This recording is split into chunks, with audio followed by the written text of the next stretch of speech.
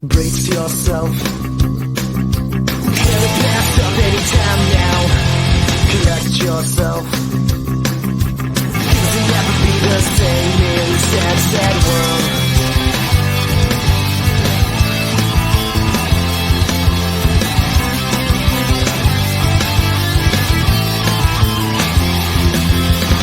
Walk around a lot a bit, trying to make the pieces fit to a puzzle with a million missing pieces. When I'm feeling fine is when I discover that I'm afraid to blow my cover, and there's something very wrong with this. So sit back in your hole.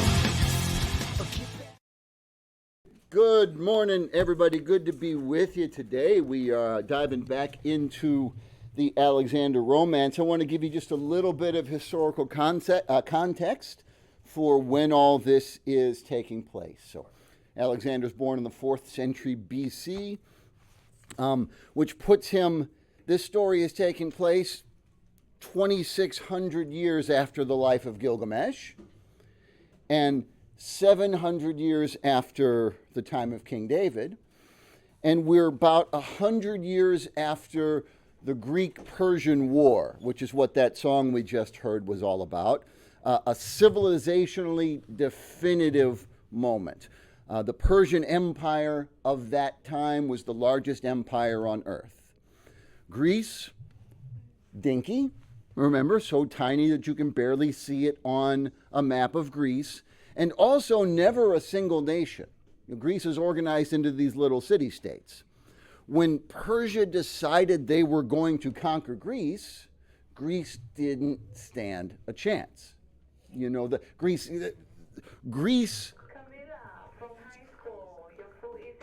Every girl in this high school is named Camilla. Thank you. Your food is here for your Spanish class. Seriously. Bye. When the Persians invade Greece and try to conquer Greece, Greece doesn't stand a chance, all right? It'd be like, have you guys been in here when the little girls I call the tiny psychos come in here? It'd be like if one of them tried to take on Mike Tyson, all right? And it'd be like if one of them tried to take on Mike Tyson circa 1992 and he hadn't eaten that day, all right? And yet the Greeks did triumph. If that hadn't happened, if the Persians had defeated Greece, our civilization, Western civilization, would have been smothered in its crib. There would have been nothing recognizable about the world that we live in. Alexander comes onto the scene 100 years after that Greek victory. And let me be clear, the Greeks didn't conquer Persia, the Greeks defended themselves against the Persians. And then descended into massive civil war right after that. So, let's go. The fact that it's our civilization doesn't mean it's anything close to perfect any more than our civilization today is. Alexander is born during the lifetime of Plato and Aristotle. He's about 250 years before the time of Julius Caesar. It's about 356 BCE, so he's about 350 years before the time of Christ and about 2,300 years before the time of Rhea and Regina and Gwen and Maria Camilla. All right, so let us pick back up. I'm going to need one more reader. So just when I call for someone to be the horse trader later, somebody courageous just stand up and say, that'll be me. All right. Of course, I didn't turn to the page. All right, here we go. Let me get some pretty pictures on the screen for folks in class. Maybe that was not so pretty. When Alexander had finished his education, which included astronomy, and had left school, he gave instruction to his fellow students in his turn. He used to draw them up in ranks for war and send them into battle. Whenever he saw one side being worsted by the other, he took the part of the losing side and helped them until they were winning again. This made it clear that he himself was victory. He also I hope someone says that about me someday. They won't, but I hope they do. He also went on military exercises with the troops, springing onto a horse and riding with them. One day, Philip's grooms, we might as well get Philip up here. One day, Philip's grooms brought from the stables an exceptionally large colt and led him before the king. "O Lord King," they said, "we found this horse just born in the royal stables, and because his beauty excels even that of Pegasus, we have brought him before you, O King." Philip was amazed when he saw the beauty and the stature of the horse, which had to be forcibly restrained and kept under guard, because, the groom said, he was a man-eater.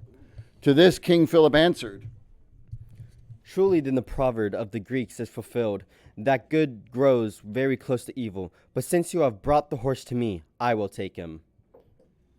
Then he ordered his attendants to build an iron cage and to lock the colt inside, unbridled. "And whoever is insubordinated to my rule and has broken the law or been taken in the act of robbery shall be thrown to the horse at once." At once it was done as the king had ordered. Alexander, meanwhile, you can go. Oh, wait, you can go in the background. Alexander, meanwhile, was growing up. And when he was 12 years old, he accompanied his father to review the troops. He wore armor, marched with the troops, and leapt onto the horses, prompting this remark from Philip. "So you're my dad." "Alexander, child, I love your character and your nobility, but not your appearance, because you in no way resemble me." All this was very irksome to Olympias. She called, let's get both y'all up here. She called Nectanebo to her and said, "Find out what Philip's intentions are." "Whoa, hey, Lex, you ain't never done this before." You haven't ever done this before. We are now. "Find out what Philip's intentions are concerning me." Well, I haven't ever done this before. Let's try to take this seriously, please. Alexander was sitting by them, and when Nectanebo took his tables and examined the heavens, he said, "Father, what you call the stars, are they not the ones in heaven?" I'm calling you Father. Of course they are, my child. "Can I not learn them?" Yes, child. When evening comes, you can. That evening, Nectanebo took Alexander outside to a deserted place, where he looked up. So you two in the background. Philip, you're not around for this. Where he looked up into the sky and showed Alexander the stars of heaven. But Alexander, seizing him by the hand, led him to a deep pit and pushed him in. Nectanebo wounded his neck severely in the fall and cried out, Dear me, child, Alexander, what possessed you to do that? "Blame yourself, mathematician. Why, child? Because although you do not understand earthly matters, you investigate those of heaven." Then Nectanebo said, Child, I am fearfully wounded, but no mortal can overcome destiny. "What do you mean?" I myself have read my own fate, that I was doomed to be destroyed by my own child, and I have not escaped my fate, but have been killed by you. "Am I then your son?" Then Nectanebo told him the whole story of his kingdom in Egypt, and his flight from there, his arrival in Pella, and his visit to Olympias to cast her horoscope, and how he came to her disguised as the god Ammon and made love to her. So his last words were, "I banged your mom." With these words, he breathed his last. Alexander believed what he heard, and realizing that he had killed his own father, was grief-stricken. He was afraid to leave the body in the pit, lest the wild beasts should come and tear it apart, since it was dark and the place was deserted. Touched now with a feeling of affection for his sire, he tied his belt around Nectanebo's corpse, lifted him on his shoulders, and carried him back to his mother Olympias. Olympias was surprised when she saw him and asked him what had happened. Yes, she was surprised and asked him what had happened. "I am a second Aeneas, carrying my Anchises." Now, so Aeneas, the hero of the Aeneid, which is the foundational epic poem of the Romans, although it doesn't exist yet when this is being written. All right, the Aeneid doesn't exist yet, but the story does, right? Because the Aeneid is a fan fiction sequel to the Iliad. When Aeneas is one of the very few people to survive the destruction of Troy at the end of the Trojan War, and he escapes carrying his elderly crippled father on his back. He escapes and saves his father's life. He risks his life to save his father's life. Alexander is just claimed, I'm just like that, because he's carrying back the corpse of his father who he just killed. So I don't know what Virgil would say had he existed yet. And he told his mother the whole story in detail, as he had heard it from Nectanebo. Olympias was astounded and berated herself for having been made a fool by Nectanebo's magic arts and tricked into adultery. But she too was seized by affection for him and had him buried fittingly as father of Alexander. She built a monument and placed it by the grave. When Philip returned, so we're going to need Philip and Pythia. When Philip returned from campaign, he went to Delphi. Are we familiar with Delphi and the Delphic Oracle? So if you're not, at Delphi was a temple to the Greek god Apollo, he's god of several things, but here especially the god of prophecy. And this was a place that, even though the Greek city-states were often at war with each other, this was like common home territory for everyone. So people from all over Greece would come to this temple, and the temple was staffed by these priestesses known as the Pythia, which means snake woman, all right? And the temple is built over these ruptures in the earth where volcanic fumes come up through the floor. The priestesses essentially spend their entire lives getting stoned on these volcanic fumes. So the priestesses are in this constant altered state of consciousness, and people will come to the oracle, and you would ask before making any big decision in life, especially if you're a leader. Kings decide whether to go to war based on what the Pythia has to tell them. Although the Pythia always responds in sort of coded poetic language so that you could, like most famously, I forget who it was. I know he was somebody who was going up against Cyrus the Great of Persia, and he went to the oracle, and the oracle said, if you go to war with Cyrus, you will destroy a great empire. And then he lost. And so, turns out it was his own empire he destroyed. So, you're kind of fake. The Pythia at Delphi, taking a sip from the Castalian spring. I didn't finish the sentence. When Philip returned from campaign, he went to Delphi to inquire of the oracle who would be king after him. The Pythia at Delphi, taking a sip from the Castalian spring, spoke as follows from her underground chamber. Philip, he who is to rule the whole world and bring all the people under the power of his spear, would be the one who lives on the Bucephalus and rides him through the middle of Pella.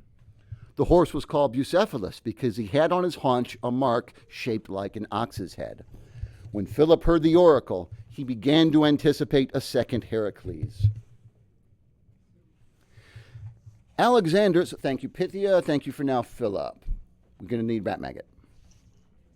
Alexander, meanwhile, now had only one teacher, Aristotle. There were a number of other students in his school, including several sons of kings. One day, Aristotle said to one of them,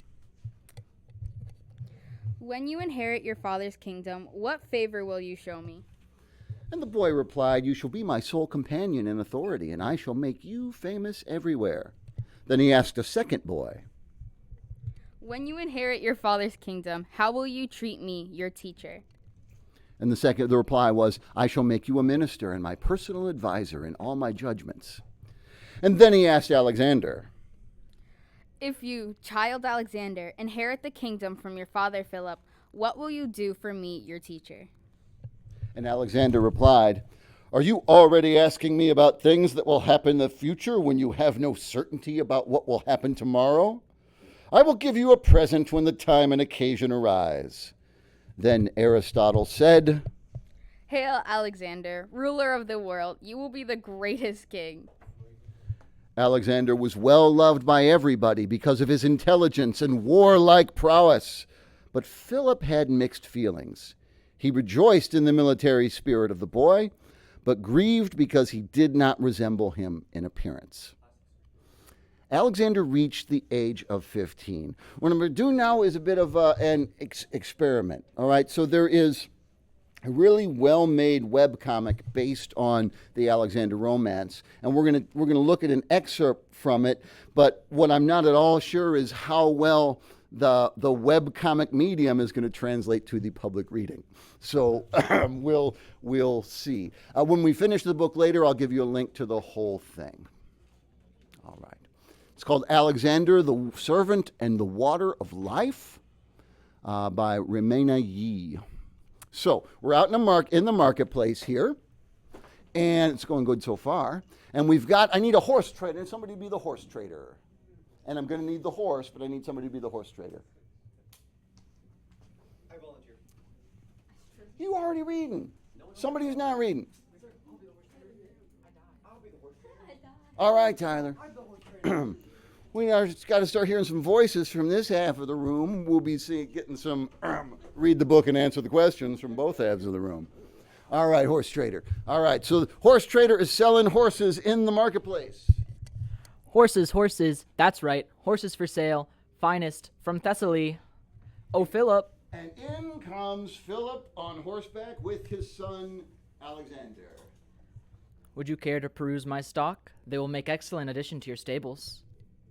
Sure, why not? Alexander's coming of age soon. And what is a prince without a steed of his very own? So Philip sends Alexander off to do a little shopping, saying, Go on. Make your choice. not just us. And he met a steed. Not just any steed, by the way. Pater, Pater, I found him. That one over there, he's mine. Excellent. And the shopkeeper says, Oh, that one, he's a real monster. No one has yet to tame him. Not even I could. Well? How much is he? 13 talents?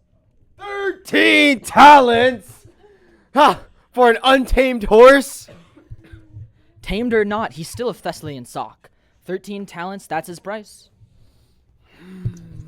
Fine. So be it. I'll tame him myself.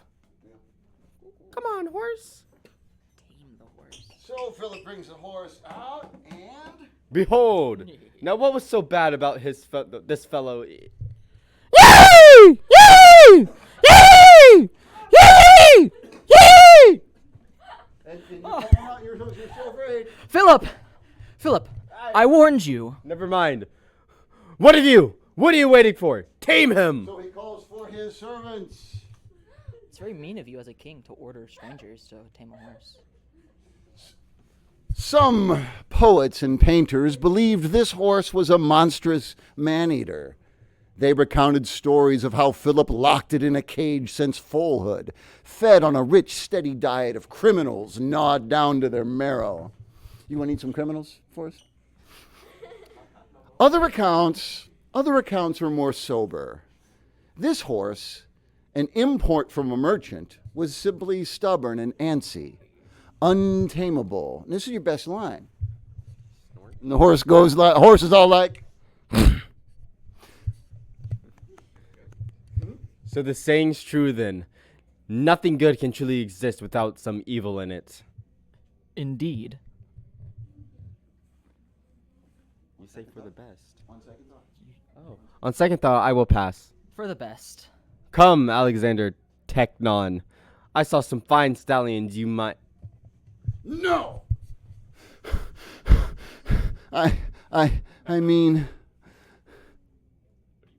Pater, I only want that horse.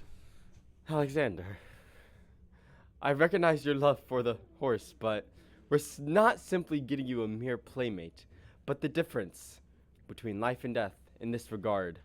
There's no value in a beast that refuses to be tamed. Do you understand? And just like that, you're going to give up on a perfectly good horse, all because he's strong and mean and had the guts to embarrass you old men? What a shame.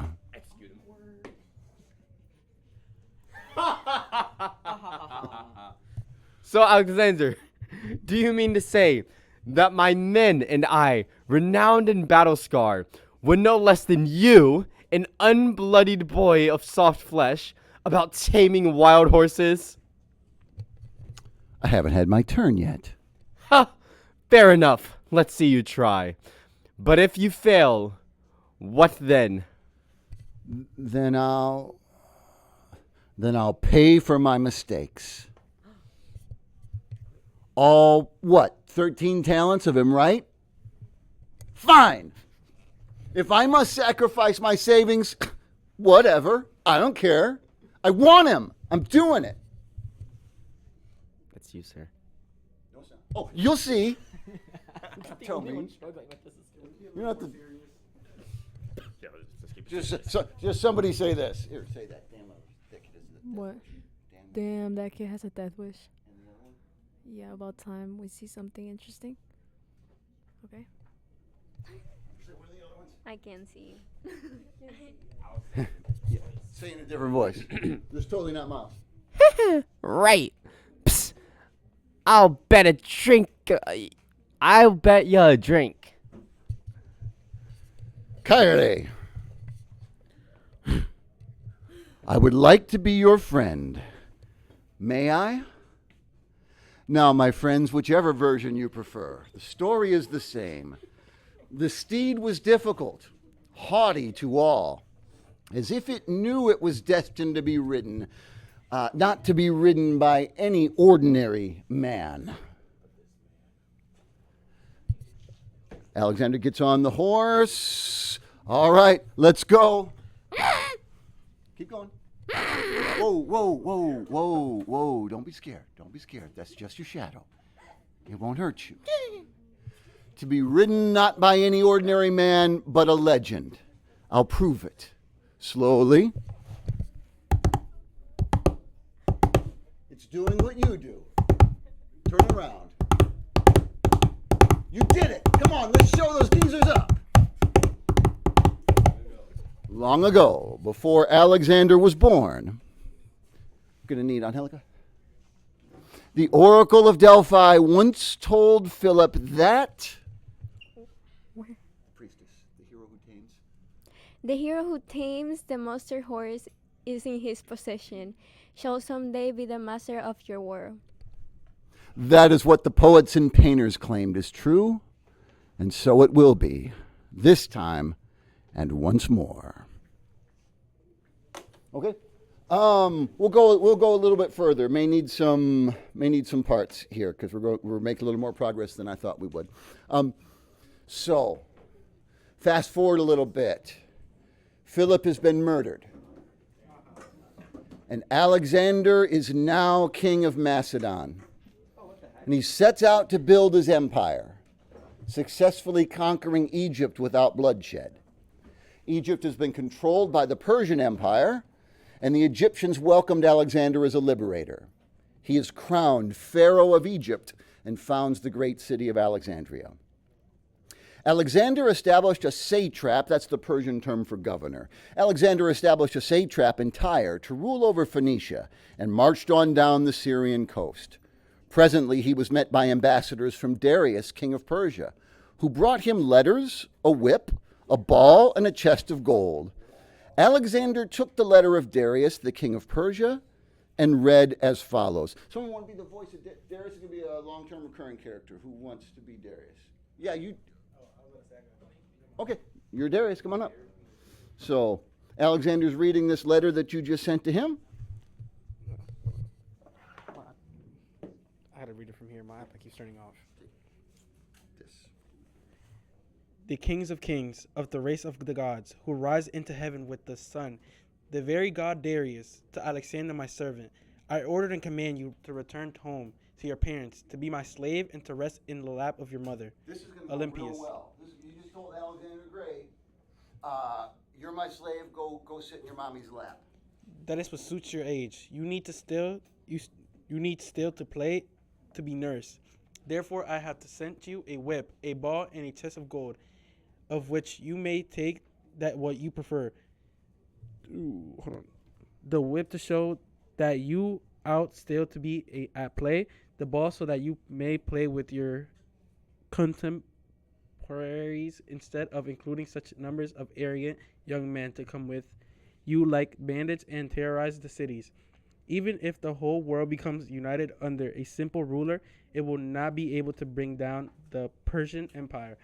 I have so many troops that one might as well count the sand on the seahorse and attempt number of them, and I have enough gold and silver to fill the whole world. I have sent you a chest full of gold, so that if you are unable to feed your fellow bandits, you can now give them what they need to return each to this country. But if you do not obey these orders of mine, I shall send my soldiers to pursue you until you are captured. Then you will not be treated like a son of Philip, but crucified like a rebel. That's a long line. When Alexander read this out to his army, they were all terrified. Alexander observed their fear, and he said, "Men of Macedon and fellow soldiers, why are you so scared at this letter of Darius? Do you think there's any truth in his boastful words? There are some dogs which, though weak in body, bark very loudly as if they could make an impression of strength by their barking. Such a one is Darius. Though he can do nothing in practice, he pretends in his letters to be a somebody, just like a barking dog. But let us suppose his threats are realistic. He has thereby only given us an indication of how bravely we must fight for victory in order not to be shamed by defeat." So saying, he ordered the messengers of Darius to be tied up and carried off for crucifixion. "What harm have we done you, Alexander?" they pleaded. "We are messengers only. Why do you wish us to be killed so cruelly?" "Blame Darius, not me," replied Alexander. "It was he who sent you here bearing letters more suitable for a bandit than a king. So I'll treat you as if you had come to a desperado and not a king." They replied, "Darius wrote what he did in ignorance, but we can see your magnificent army and recognize that you are a great and intelligent king, the son of King Philip. We beg you, Lord, great king, spare our lives." Alexander replied, "Now you are terrified at your punishment and are begging not to die. So I will release you. It is not my intention to kill you, but to show the difference between a Greek king and a barbarian one. You may anticipate, therefore, no harsh treatment from me. A king does not kill a messenger." When Alexander invited them to sit down to dinner with him, the messengers proposed to tell him how he could capture Darius in an ambush. But he said, "Tell me nothing. If you are not returning to him, I would be willing to be instructed by you. But since you'll be going back to him, I have no wish for one of you to betray to Darius what you said to me. I should then be deserving of punishment too. Be silent then, and let us pass the matter over." The messengers of Darius made many laudatory remarks, and the whole army joined in their acclaim. 3 days later, Alexander wrote a letter to Darius and read it aloud to his army, in the absence of the messengers. It ran as follows: "King Alexander, the son of King Philip and Olympias, greets the King of Kings, who is enthroned with the gods and rises with the sun, the great god of the Persians. It is shameful that one so swollen with greatness, who rises with the sun, should fall into miserable slavery to a mere mortal like Alexander. The names of the gods, which are common among men, give them also great power and wisdom. How then can the names of gods dwell in corruptible bodies? See now, we have found out that you are powerless in comparison with us, but you borrow the names of the gods and go about on earth wearing their powers like a garment. I come to make war on you as against a mortal, but the balance of victory is in the hands of Providence alone. Why did you write to me that you possess so much gold and silver, so that we should fight all the more bravely to win it? Well, if I conquer you, I shall be famous and a great king among both Greeks and barbarians for conquering a ruler as great as Darius. But if you defeat me, you'll have done nothing outstanding, simply defeated a bandit, as you wrote to me. I, however, shall be defeating the great King of Kings and God, Darius. You sent me a whip, a ball, and a chest of gold to mock me, but I regard these as favorable omens. I accepted the whip so as to flay the barbarians with my own hands through the power of my spears and weapons and bring them to submission. I accepted the ball as a sign that I shall be ruler of the world, for the world is spherical like a ball. The chest of gold you sent to me is a great sign. You will be conquered by me and pay me tribute. So, fast forwarding again, Alexander wages a lengthy war against the Persians. He never loses a battle, but Darius always escapes. Alexander captures Darius's wife and daughter and keeps them as hostages, but treats them kindly. Eventually, Alexander learns through a spy where Darius is hiding. Two of Darius' satraps, Bessus and Ariobarzanes, knew that Alexander was approaching. They treacherously planned to kill Darius. For they said to each other, if we killed... Tyler, you can be them. If we kill Darius,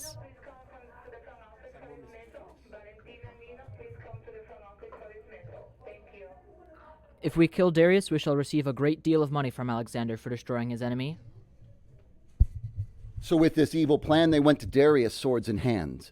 When Darius saw them approaching with their swords, Darius, I need you. Darius, I need you. Is your iPad working? Okay. Give me your iPad. Does anybody actually have the thing open on the iPad?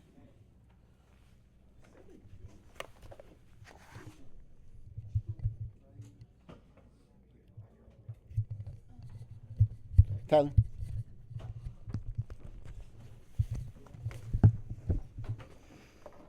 When Darius saw the messengers approaching, sword in hand,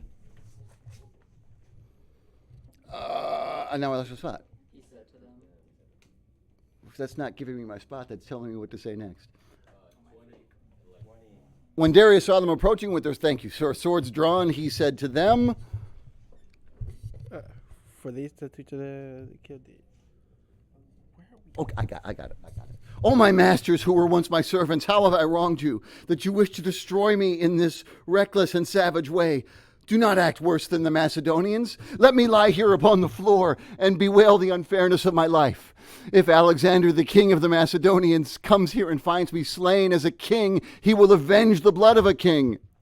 But they took no notice of Darius. Oh, you've been looking forward to this for 4 years. He took no notice of Darius' pleas and raised their swords. Darius defended himself with both hands, and with the left he held Bessus down and drove. I've been looking forward to this for 4 years, and drove his knee into his groin. And with the right he held off Ariobarzanes so that he could not bring his sword close to him, and his blows fell aslant. The traitors found they could not finish him off, however much they struggled, for Darius was a strong man.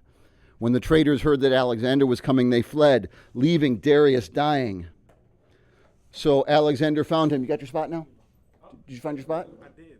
Okay. I was waiting for you. Okay, get down. You're Darius. You're dying. When the traitors heard that Alexander was coming, they fled, leaving Darius dying. So Alexander found him, blood pouring from his wounds. He cried out and began to shed tears, lamenting him as he deserved. Then he covered, you just got to lay down because you're dead. He covered Darius' body with his cloak. Placing his hand on Darius' breast, we're not going to act that part out. Placing his hand on Darius' breast, he spoke these words, pregnant with pity. Stand up, King Darius. Rule your land and become master of yourself. Receive back your crown and rule your Persian people. Keep your kingdom to its full extent. I swear to you by Providence above all that what I say is honest and not feigning. Who was it who struck you? Tell me their names so that I may give you peace. When Alexander had so spoken, Darius groaned and stretched out his hand to Alexander, clutching at him and drawing him to himself. Do not become too proud of the glory of your kingship, even if what you achieved is godlike, and you are ready now to grasp heaven with both hands. Have a thought for the future. Fate recognizes no kings, however powerful they are, and swerves hither and thither, quite without reason. You can see what I was, what I have become. When I am dead, Alexander, bury me with your own hands. Let the Macedonians and Persians carry me to my grave. Let the families of Darius of Alexander be one. I commit my mother to you as if she were your own, and I ask you to sympathize with my wife as if she were one of your relatives. As for my daughter, Roxanne, I give her to you for a wife, to start a line of descendants that will preserve your memory. Be proud of them, as we are of our children. And as you grow old together, preserve the memory of your parents. You of Philip and Roxanne of Darius. With these words, Darius laid his head on Alexander's breast and died. We'll pick up from there next time. That's all I need from you for today. Rest of the time is yours. Thank you to all my, don't have a free hand right now, but thank you. Thank you to all my readers.